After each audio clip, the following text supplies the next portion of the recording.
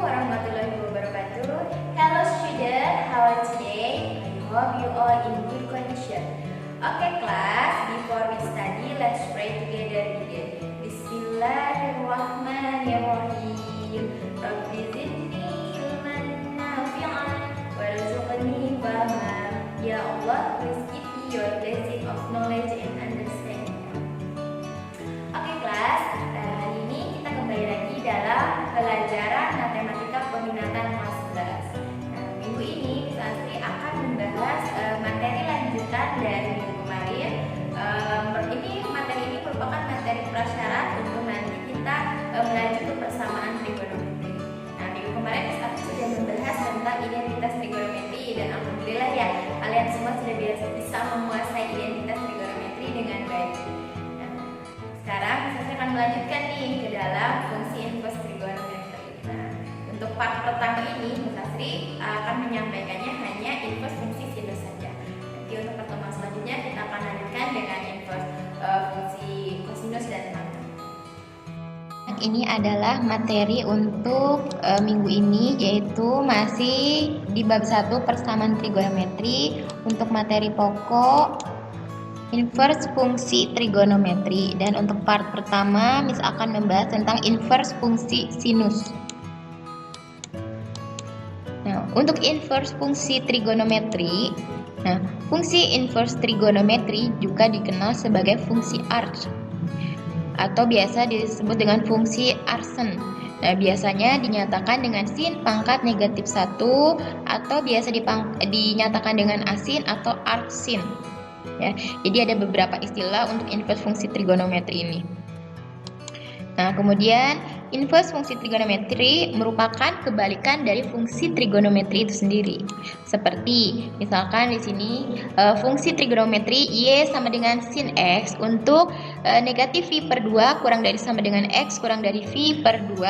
Nah, maka inverse-nya adalah x sama dengan sin pangkat negatif 1y untuk negatif 1 kurang dari y kurang dari 1. Nah, ini artinya inverse dari fungsi ini adalah nilai yang menyatakan nilai x dengan rentangan dari negatif 1 sampai dengan 1. Jadi tidak ada nilai inverse fungsi sin yang melebihi 1. Nah, kemudian untuk y sama dengan cos x untuk 0 kurang dari x kurang dari v. Nah, kalau untuk cos biasanya rentangannya dari 0 derajat sampai 180 derajat. Nah, v radian di sini itu nilainya 180 derajat. Maka inverse-nya adalah cos pangkat min 1y untuk rentangan nilai negatif 1 sampai dengan 1. Nah, untuk tan di sini juga rentangan sudutnya dari negatif 90 derajat sampai dengan 90 derajat. Dan untuk nilai inverse-nya itu dari negatif tahingga sampai dengan tahingga. Nah, sekarang kita bahas tentang inverse fungsi sinus. Untuk notasi inverse fungsi sinus biasanya dinyatakan dengan y sama dengan sin pangkat negatif 1x atau y sama dengan r sin x. Nah, nilai-nilai dari inverse fungsi dapat dihitung berdasarkan aturan berikut. Nah, inverse fungsi sinus x adalah nilai-nilai dalam interval tertutup besarannya negatif v per 2 sampai dengan v per 2 yang nilai sinusnya x. Nah, untuk v itu kan nilainya 180 derajat, berarti ini bisa dinyatakan juga dengan negatif 90 derajat sampai 90 derajat. Nah, kalau untuk menentukan hubungan identitas dasar dari fungsi sinus dan inverse-nya adalah sebagai berikut. Nah, ini aturannya untuk sin dari inverse fungsi sinus x adalah hasilnya x. Ya, kalau kita tinggal lihat ini aja, x berarti nanti di sini juga hasilnya akan bilangan ini. Ya, untuk semua x dalam interval negatif 1 sampai dengan 1. Nah, seperti yang sudah tadi Miss sampaikan bahwa rentangan nilai untuk inverse dari fungsi sinus ini rentangannya dari negatif 1 sampai dengan 1. Jadi tidak ada yang melebihi dari angka 1 atau kurang dari negatif 1. Nah, untuk sin sin pangkat negatif 1 atau inverse fungsi dari sin X, maka hasilnya juga X. Untuk semua X dalam interval, berarti ini negatif 90 derajat sampai 90 derajat. Di sini ada beberapa contoh soal. Contoh soal yang pertama yaitu hitunglah nilai-nilai ekspresi berikut ini. Nah, di sini soal yang pertama itu inverse fungsi sin setengah. Kalau yang B itu inverse fungsi sin negatif setengah. Nah, untuk pembahasannya, nah, ini kan inverse fungsi dari sin setengah adalah nilai-nilai dalam interval negatif 90 derajat sampai 90 yang nilai sinusnya 1/2. Nah, kira-kira dari rentangan negatif 90 sampai 90 derajat, kira-kira yang hasilnya sin setengah itu berapa? Yang hasil nilai sinusnya setengah itu berapa? Nah, karena yang nilainya setengah itu adalah sudut 30. Nah, seperti kita ingat, dalam sudut istimewa di sini ada rentangan nilai nih untuk sin 0 sampai sin 90. Nah, di sini yang nilai sinnya setengah itu adalah sudut 30 derajat. Nah, jadi inverse dari sin setengah itu adalah 30 derajat. Nah, kalau yang B bagaimana? Nah, yang B kan ini inverse fungsi dari sin negatif setengah. Nah, tadi kan kita sudah mencari nih inverse dari sin setengah itu 30 ya. Kalau misalkan di sini negatif, berarti ini kita tinggal tambahkan negatif, tanda negatif ya. Jadi inverse fungsi dari sin negatif setengah itu adalah negatif 30 derajat. Nah, kemudian contoh soal berikutnya, hitunglah inverse fungsi dari sin pi/4.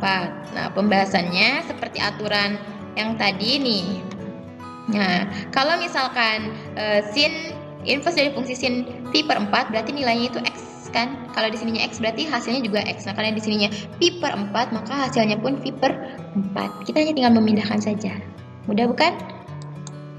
Nah, atau mungkin misalkan, nah kalau ini kan tadi dalam satuan radian ya, nah ini kalau dalam satuan sudut, nanti kita tinggal bagi aja nih, 180 dibagi 4 itu kan 45 derajat, berarti di sini inverse fungsi dari sin 45 derajat adalah 45 derajat, ini tinggal memindahkan saja.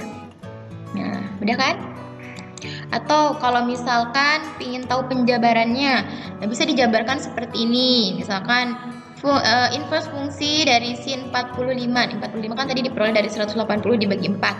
Nah, maka di sini inverse fungsi dari setengah akar 3. Nah, setengah akar 3 itu kalau dalam sudut istimewa itu berarti nilai sinnya di sudut 45 derajat. Nah, berarti hasilnya 45 derajat. Sama saja kan?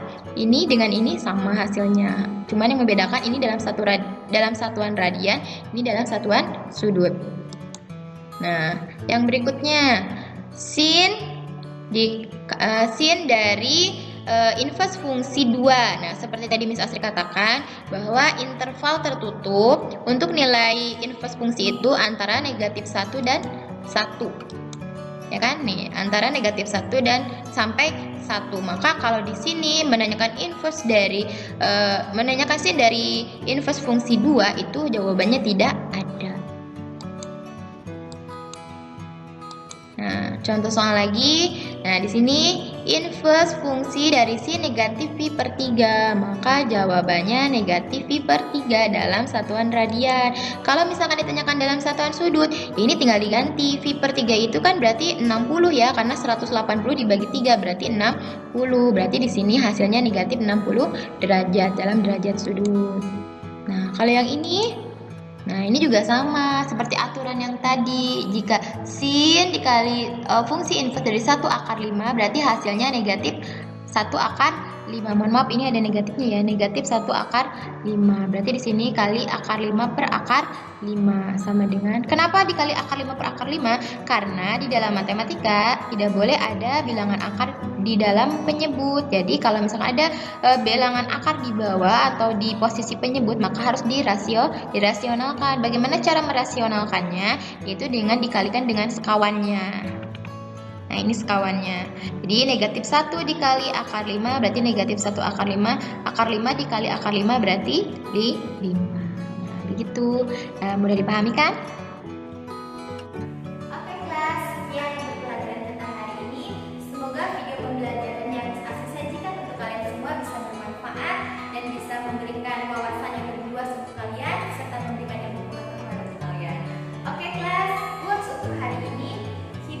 memberikan banyak